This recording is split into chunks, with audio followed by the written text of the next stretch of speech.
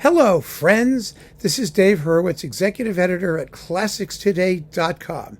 Well, Roger Norrington has passed away, and a bunch of you have asked me to do an obituary, and I don't normally do obituaries, as I've said before, but there will always be exceptions, and I think this should be one of them because over the years, Roger Norrington has been my bête noire. You know, the conductor who I think most represents everything that's wrong with music today. And I haven't changed my opinion because he's dead. I'm sorry he's dead. I've always wished him a happy and fulfilling life, and by all accounts, that's exactly what he had. And so I think that's absolutely splendid.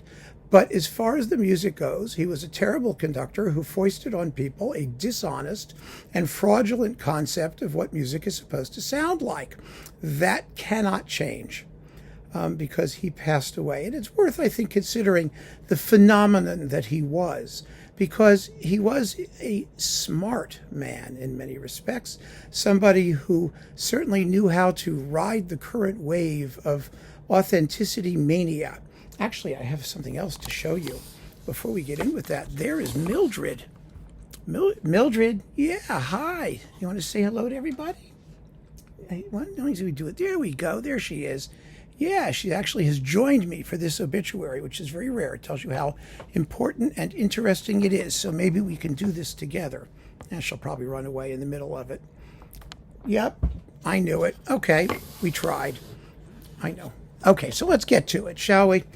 What's the deal with Roger Norrington? Well, for the most part, you know, he was initially EMI's, well, initially he was a choral director who was, you know, specialized in early Baroque music, like Schutz. The Schutz choir was his thing, and people like that. But nobody much cared about that. And then when the period instrument thing got going and the English early music mafia started building up their presence at all the labels, EMI, which is now Warner, needed the equivalent of the Academy of Ancient Music or the English Consort and those people, Hogwood and Pinnock and Gardner, the Monteverdi people, you know, those people. And they alighted on Andrew Parrott, sort of tangentially, and Norrington. The interesting thing about Norrington was that Norrington was willing to do something that the other folk were not as willing to do, which is bring the apparatus, drag the apparatus of early music performance into the middle and late 19th century, doing romantic repertoire with early music approaches. Now, really, just on its face, that sounds like a ridiculous concept, a ridiculous proposition. And so it was. But Norrington had behind him a large apparatus of truly third-rate musical scholarship that was supporting his ideas about orchestral sound. Most specifically, the idea that strings played with no vibrato until after World War II, or largely played with no vibrato until after World War II. I mean, it was an absolutely ridiculous notion. It was ridiculous because the evidence that he was wrong was everywhere. And I've published several papers in peer-reviewed scholarly journals that show this. But, you know, and we've done a bunch of videos about it. For example, the fact that conductors who were available and around in the pre-vibrato era, who were all born in the 19th century and lived to make stereo recordings, had no problem with orchestras playing with perfectly modern sound. That the evidence of the recordings itself shows that they played, for the most part, with perfectly modern sound. The anecdotal evidence tells us that they played with modern approach to vibrato. And so it was all just a hoax. But he had a lot of people who were supporting his position, enchantingly unfamiliar with the actual recorded evidence. It's just astonishing. I mean, we have an interview with Bruno Walter, who said that the handling of vibrato in the Vienna Philharmonic in 1960 was exactly the same as when I first heard them in 1897. Well, right? Or Pierre Monteux, who was at the premiere of the Franck Symphony in D minor and lived to make a glorious stereo recording in Chicago, full of nice, juicy, modern vibrato. I mean, it's all of this stuff is out there. Norrington conveniently ignored it. So did all of the quasi-scholars who supported him. And as a result of that, he had the opportunity, when he finally got his hands on the Stuttgart Radio Symphony, to make a series of recordings which created what he called the Stuttgart sound. Now, this was a brilliant thing. It was his most brilliant thing because far from dealing with period instrument ensembles with their grotesque sounding instruments, he had a modern symphony orchestra that, by snatching away the vibrato and playing everything at very, very quick speeds and doing weird things with balance, he was able to give an individual sonority. And people didn't care whether it was the right sonority or an idiomatic sonority or an appropriate sonority. The only thing people cared about was that it was different, because everyone's playing the same stuff. And we reached a point when, especially when he was making recordings at the end of the 20th century, where the classical music market was completely saturated with millions of recordings of everything, most of which were mediocre, most of which sounded more or less the same. And here was something that sounded different. It was sometimes described as fresh and individual and bracing. Maybe. It may have been all those things, but it was also wrong. Demonstrably wrong. And the things that he said about the historical basis for his approach were also demonstrably wrong. And that was my objection to him. I mean, there is out there somewhere a reality. And one of the things that we have, I think, an obligation, at least scholars have an obligation, forget the rest of us, is to try and describe that reality, the reality of what performance was like in the bygone era or whatever it was. And we know for a fact that string sections played with vibrato pretty much the way they've always played with vibrato, even given differences in instrumental construction and things like that. Once everyone had chin rests and whatnot, then we were off to the races. So by the early 19th century, when the modern orchestra arose, the first modern orchestra, perhaps the Paris Conservatory Orchestra, which was founded specifically to play Beethoven, and which we know used vibrato, that was it.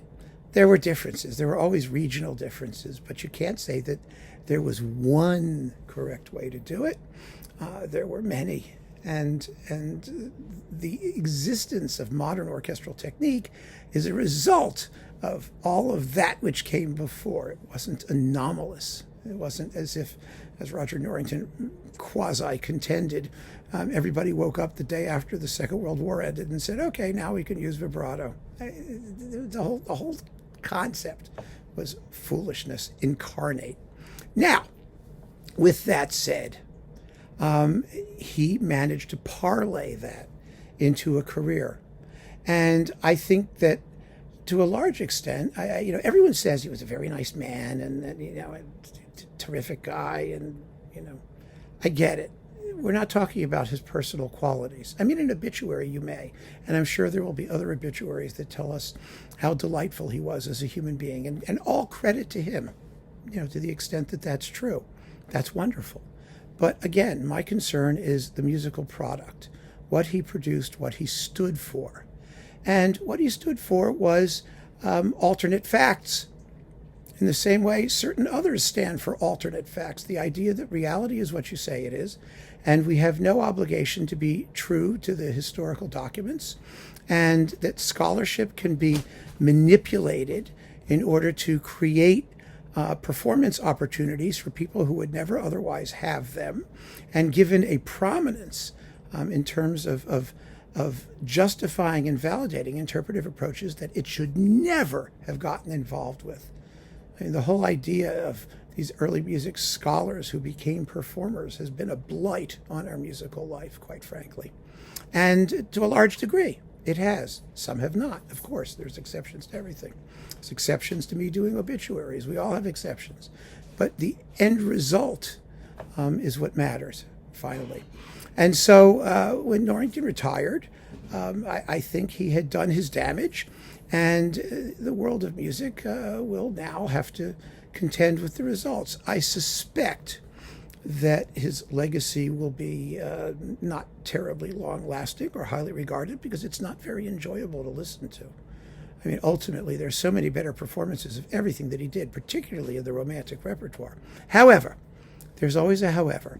If you want to hear something he did that I think is his best work, listen to his Beethoven Symphony Cycle with the Stuttgart Orchestra that was on Hensler or NDR or whatever label it's now on, if it's still available even. All the rest of his romantic stuff was just awful. Just awful. But the Beethoven is the purest distillation of his approach, and I think the most successful execution of it. For what it is, for the type of performance that it is, it's a terrific achievement. I've always said that. Actually, I don't like it particularly, but my opinion isn't what matters. What matters is what he says he wants to do and how well he accomplishes it. And this is the one set where he really accomplishes what he sets out to do, I think, at the highest artistic level. And it's largely, of course, not just him, it's the orchestra, which understood, as a German orchestra only can probably, the significance of making a cycle of Beethoven symphonies and doing it in their own special way. And that is an interesting and I think enduring achievement. And so I congratulate him on successfully doing that. I don't have any desire to hear anything else that he did, unless it's, a party record or something like that, and that's fine. So rest in peace, Roger Norrington. You had a wonderful career. You snookered a lot of people in the musical world. That snookering continues. I'm sure you'll see a lot of it in the other obituaries that talk about him, particularly because people seem to have a reluctance to tell the truth, if somebody dies especially. I mean, and I don't like to, this is not Schadenfreude. I'm not happy that he's gone, and I'm not trying to dance on his grave. I'm simply trying to tell the truth, to explain to music lovers what the issues were, how he became as notorious as he did, and he delighted in it. Let's not kid ourselves. And good for him. He was an entertainer, and he entertained a lot of people, and that's perfectly fine. But as a representative of some sort of higher calling or higher values in terms of the integrity of what he did musically, no, he was a snake oil salesman. And okay, I mean, that's what he was. And so there will be others. There will be more. And we'll either enjoy them or not. The interesting thing about it, and I will say, there was a sequel to Roger Norrington, a very interesting one, because what the people in Stuttgart learned, and we'll close this way, is that, yes, as long as you have your own sonic concept, it doesn't matter. Nothing matters. Not what the composer wanted, not what the historical record tells us, not what the true scholarship reveals. None of it matters, because you can market the difference. And they learned that in Stuttgart, because after Norrington, they got Theodor Kurensis for 10 minutes because of certain things that happened with his Russian patrons. But Kurensis was another Norrington. It was another one of those cult of personality, build up the image of the artist as something so unique and utterly different, and et cetera, et cetera, et cetera. It just goes on and on ad nauseum. And that's what the performing arts business has tried to do now. It's about the person. It's not about the music. It's not about, it was always about, these major artists, the big ones, particularly about personality, the personality of the artist. But in a way today, which has crowded out any pretension for there to be something musical going on. It is a circus. It is an entertainment industry. I've always said music is just entertainment anyway. So I should be the last person to hypocritically complain when the entertainment aspect is, highlighted to the extent of all other factors. But of course, recognizing that something is entertainment and then valuing it and figuring out how best to promote it and how to promote it in a way which does justice to the thing that is being sold and marketed. That's another question, isn't it? And so they're taking the easy way out, and they're making pop stars out of these people, a la Roger Norrington. And so there should be a new verb to Norringtonify or Norringtonize, a conductor or an orchestra. That means, I've talked about, cocaine hippos, the idea of just doing something because you can, not because you should, because you've got money to waste, because you've got things that you need to do, so you just do them. And the sole measure of success is whether it pays or you get the attention that you claim that you deserve, and whether or not it's any good is. That's why good criticism is necessary. That's why discerning listeners are necessary. We need to educate ourselves so we know what we're listening to and why. And that's my mission, and it wasn't Norrington's. That's all I can tell you. So keep on listening, friends. Thanks so much for joining me. Take care.